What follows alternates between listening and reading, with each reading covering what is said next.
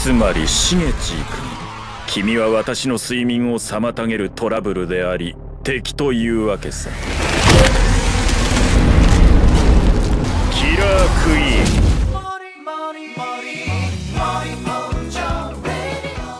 Ohio, c'est Marvinio, j'espère que vous allez bien. Moi perso ça va super. Et aujourd'hui, toute nouvelle vidéo sur ma chaîne YouTube.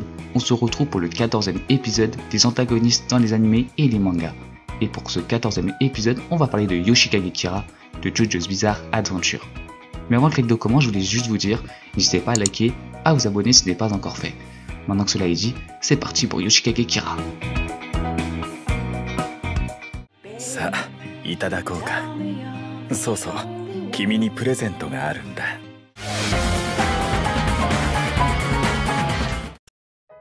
Yoshikage est né le 30 janvier 1966 au Japon, dans la ville de Moryo, une ville qu'il ne quittera jamais. Il fera un parcours scolaire des plus classiques et à ses 22 ans, il obtiendra un diplôme universitaire en littérature.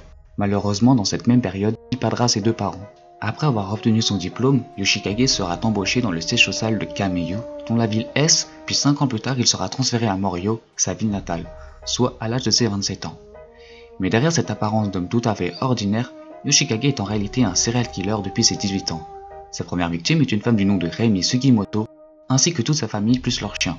Pendant plus de 15 ans, il continuera à mener cette vie à double facette sans jamais se faire prendre.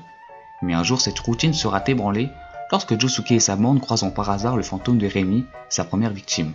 Puis elle leur expliquera ce qui se trame réellement dans la ville de Moryo et par ailleurs l'existence de ce Yoshikage. Des recherches seront faites par la bande de Josuke afin de l'arrêter au plus vite. Mais c'est le collégien Shigechi qui accidentellement découvrira l'identité de Yoshikage. C'est moi, wesh. Ce dernier se fera évidemment tuer par Yoshikage, mais la mort de ce collégien ne sera pas vaine. En effet, le bouton de sa chemise a été arraché et ce même bouton Jotaro s'en servira pour retrouver sa trace. Alors un terrible affrontement aura lieu entre Yoshikage et la bande des Joestar. Mais Yoshikage s'échappera par miracle par un coup de génie. Dans sa fuite, il s'en prendra à une dénommée Aya et la forcera à utiliser son stand pour lui greffer un nouveau visage. Tu es qui? Yoshikage s'échappera donc avec une toute nouvelle identité, celle d'un homme du nom de Kosaku Kawajiri. De sa nouvelle identité, Yoshikage retrouvera sa vie paisible dans un nouveau foyer. Bien même qu'il ait la même apparence que Kosaku, Yoshikage n'adopte pas le même comportement que son homologue, ce qui suscitera fortement l'attention de Shinobu et surtout de Hayato, qui commencera à enquêter sur son père.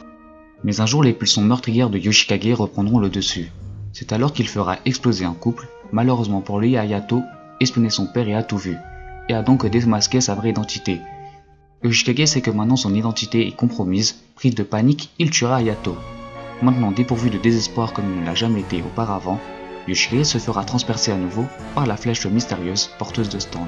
Il débloquera un nouveau power-up nommé Beat the Dust, ce pouvoir lui confère la possibilité de ralentir le temps, lorsque qui que ce soit enquête sur lui, et donc ne jamais se faire attraper. Mais ça on en reparlera dans la deuxième partie. Avec ce nouveau pouvoir, Yoshikage semble maintenant inarrêtable, de plus il placera une bombe sur Hayato, la seule personne pouvant encore compromettre son usurpation. Malgré toutes les précautions prises par Yoshikage, son plan finira par échouer à cause de Hayato. Il se fera rattraper par la bande des Joestar une nouvelle fois, mais cette fois-ci Yoshikage sera vaincu. Dans un affrontement une nouvelle fois épique, Yoshikage au seuil de la mort se fera écraser accidentellement par une fourgonnette. Le serial killer de Moryo est mort à l'âge de 33 ans.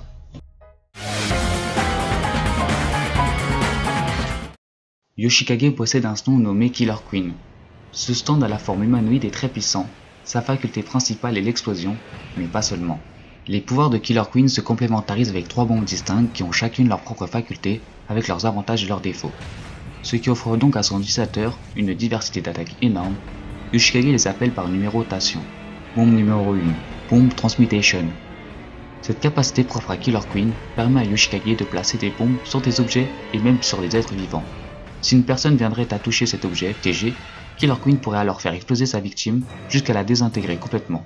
Shigechi sera l'une des victimes de cette incroyable technique. Bombe numéro 2, Sheer Earth Attack. Cette autre capacité de Killer Queen permet à celle-ci de se détacher de sa main gauche, qui prend alors l'apparence d'un char miniature. Cette chose est complètement autonome et n'est donc pas sous le contrôle de Yoshikage, mais sa portée reste vraiment énorme. Sheer Earth Attack se repère donc à la chaleur corporelle pour attaquer ses adversaires. A noter qu'il est indestructible et n'a que très peu de points faibles, comme par exemple le fait qu'il n'attaque pas en priorité les cibles que Yoshikage souhaite éliminer en premier, mais les personnes émanant la plus grande chaleur corporelle, ou d'ailleurs ça peut même être un objet. Bombe numéro 3, Beat the Dust. Elle est la dernière faculté de Killer Queen, et comme le dit Yoshikage, Beat the Dust est une bombe sur l'apparence d'un Killer Queen miniature qui élimine quiconque qui poursuit ou qui cherche à enquêter sur Yoshikage. Pour ce faire, Yoshikage doit planter cette bombe à l'intérieur d'un hôte qui ne possède pas de stand. Cet hôte sera logiquement Hayato Kawajiri. Si toute personne enquêtant sur Hayato, découvrant, intentionnellement ou pas, l'identité de ce Yoshikage, que ce soit par écrit, oral ou même visuel, alors Beat the Dust se logera immédiatement dans les yeux de toutes les personnes présentes et exploseront tous aussitôt, sans laisser aucune trace. Déjà que ce pouvoir est une bombe explosive redoutable, Beat the Dust peut aussi agir comme une bombe temporelle. En effet, après avoir éliminé ses poursuivants qui auraient découvert son identité, Yoshikage a la faculté de créer une bombe temporelle qui recule le temps de 1 heure avant l'explosion. De plus, quand le temps reprend son cours, toutes les personnes ont évidemment perdu tous leurs souvenirs, sauf l'hôte en question. Ce qui rend ce pouvoir complètement abusé, c'est qu'après avoir reculé le temps, tous les événements qui ont pu s'écouler pendant ces 1 heure finiront par se reproduire infiniment. Ce qui veut dire que toutes les personnes qui se sont fait tuer par Beat the Dust remourront à nouveau. Encore. Ça fait beaucoup là, non? Mais si Yoshikage ne souhaite plus utiliser la bombe temporelle après un meurtre, alors là où les victimes seront mortes pour toujours. Le seul moyen de briser cette technique complètement cheatée est de briser cette faille temporelle dont seul l'autre en a les possibilités. En gros, briser le destin.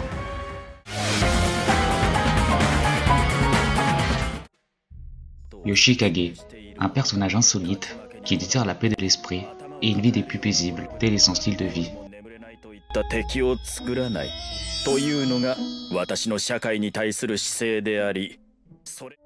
Yoshikage est un personnage taciturne, il ne parle peu et ne souhaite jamais faire parler de lui ou bien se faire remarquer. Il veut vivre simplement et dans la discrétion totale pour perpétuer ce quotidien anodin. Premièrement, pour conserver sa paix de l'esprit, Yoshikage considère comme primordial son sommeil. Il est important de bien dormir. Mais laissez-moi dormir, Zampi. Une bonne nuit de sommeil lui permet d'éviter les soucis de stress et de fatigue et donc vivre paisiblement. En ce qui concerne les liens sociaux, Yoshikage ne recherche pas l'amour. Il est donc célibataire, il vit tout seul, il n'a d'ailleurs aucun ami. Il n'utilise aucun lien avec qui que ce soit, ce qui serait synonyme d'ennui et de prise de tête futile à ses yeux. Dans le plan sportif et professionnel, Yoshikage ne souhaite jamais acquérir la première place ou jouer le rôle important. Ce qui est bien sûr un acte volontaire de sa part dans le seul but de dissimuler ses réelles capacités pour ne jamais attirer l'attention sur lui. Cela démontre encore une fois qu'il n'éprouve aucun goût pour la victoire et la reconnaissance de l'autrui. Yoshikage a vraiment un profil qui sort de l'ordinaire pour un méchant. Mais là on ne parle pas de Antonin cloué dans sa chambre, sans lien social, en train de jouer à Dofus toute la journée. Non, là on parle de Yoshikage Kira, et qui est le serial killer de Morio, et tu te doutes bien que ça va partir en couille. Car s'il joue le rôle du bon citadin aisé, c'est aussi dans le but de tuer des femmes en toute discrétion. Yoshikage est en réalité un égocentrique violent, un psychopathe, avec des troubles psychotiques et psychiatriques, ce qui fait de lui un personnage psychopathique. Car Yoshikage tue pour la simple raison que c'est dans sa nature de tuer. Il se sert de la poussée de ses ongles comme indice à ses pulsions meurtrières. Et comme c'est un fétichiste des mains, depuis qu'il a une érection devant les mains de la Joconde étant plus jeune, alors du coup, il s'en prend donc aux jolies demoiselles avec des jolies mains, accompagnées de leurs meilleurs vernis, Lancôme, Chanel, L'Oréal et j'en passe, pour ensuite prendre ses mains et en faire ses petites copines. Puis dès qu'elle commence à pourrir et à sentir mauvais, il s'en débarrasse et repart à la chasse pour pister une autre femme, qu'il va ensuite tuer, prendre sa main encore une fois et ce ainsi de suite. Bordel, c'est quoi ce psychopathe? Ne t'inquiète pas, ça va bien se passer. Et en plus, en procédant de la sorte, il va rester que des moches à Morio. Sérieux, pense aux autres citadins Yoshikage, espèce de radin va. Mais pourtant, malgré cela, Yoshikage est mon antagoniste préféré de JoJo's. Qui sait, je suis peut-être moi aussi un psychopathe.